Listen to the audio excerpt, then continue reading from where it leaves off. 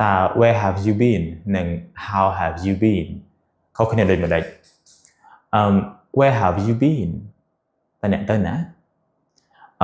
where have you been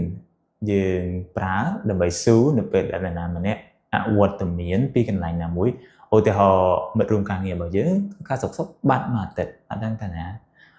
ពេលជួបគាត់វិញយើងសួរគាត់ where have you been អ្នកទៅណាអ្នកបានទៅណាឧទាហរណ៍យើងទៅលេងឧទាហរណ៍មួយទៀតយើងទៅលេងផ្ទះមិត្តភ័ក្តិទៅដល់អត់ឃើញមិត្តភ័ក្តិរបស់យើងនៅផ្ទះឃើញតែម៉ាក់គាត់យើងចាំមកសន្ទុះធំបានឃើញគាត់មកដល់where have you been អ្នកទៅណាអ្នកបានទៅណា where have you been ចឹងពេលឃើញគាត់វិញហើយយើងអាចសួរ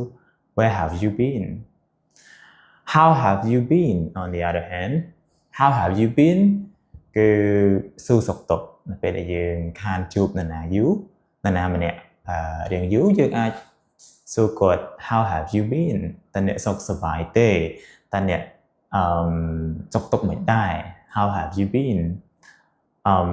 long time no see how have you been how have you been សួរសុខទុក្ខ okay all right I hope you get it thank you goodbye